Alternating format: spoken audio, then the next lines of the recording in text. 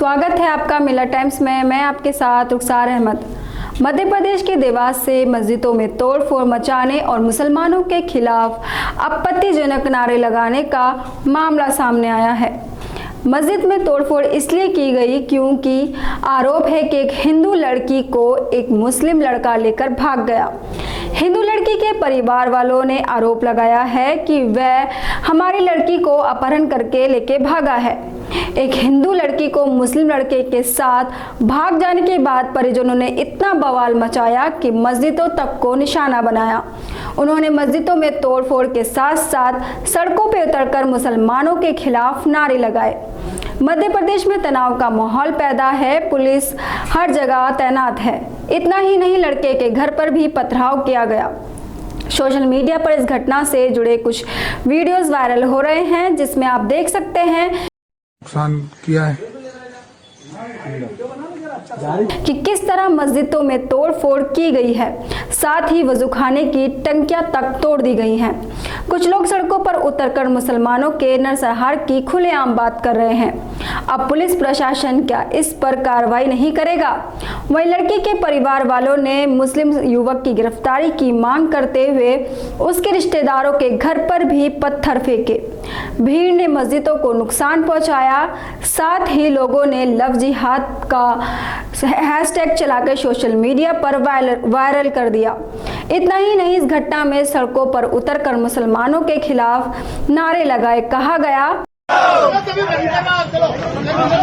Cutaway काटे जाएंगे, राम चिल्लाएंगे, पांडे काटे जाएंगे, राम चिल्लाएंगे, एक ठोकर और दो, सारी मस्जिद तोड़ दो, एक ठोकर और दो, मुल्ले काटे जाएंगे, राम राम चिल्लाएंगे। सवाल ये उठता है, क्या प्रशासन इन लोगों के खिलाफ कार्रवाई करेगा जो खुलेआम मुसलमानों के नरसंहार की बात कर रहे हैं? साथ ही मस्जिदों में तोड़फोड़ का क्या मतलब है? वहीं तोड़फोड़ के मामले में पुलिस ने 2 लोगों को आरोपी बनाया है। अब इस मुद्दे पर खुलकर पुलिस कोई भी हल नहीं निकाल पाई है। जिस युवक पर लड़की का अपहरण करने का केस लगा है उसका नाम फरजान है। उसकी उम्र 20 साल की बताई जा रही है। इस मामले में केस दर्ज करके पुलिस ने जांच शुरू कर दी है। ये घटना 26 अगस्त की है। लड़की के परिवार वालों ने अपनी बहन की उम्र 19 साल बताई है, जिसका अपहरण करने का केस फरजान पर लगाया है।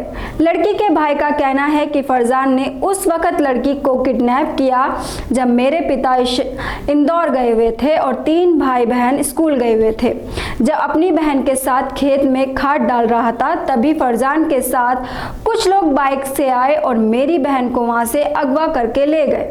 इसके बाद लड़की के परिवार वालों ने आस पड़ोस के साथ मिलकर फरजान के घर पर हंगामा शुरू कर दिया। तो लोगों ने गांव की मस्जिद में घुसकर तोड़फोड़ मचाई।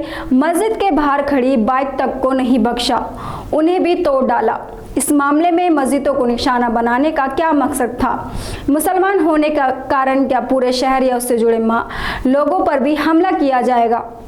जब ये हरकत लड़के ने की है, अगर ये साबित हो जाए तो फरजान हिंदू लड़की को लेकर अपहरण किया है फरजान ने, तभी इस पर कोई कानूनी कार्रवाई की जा सकती है।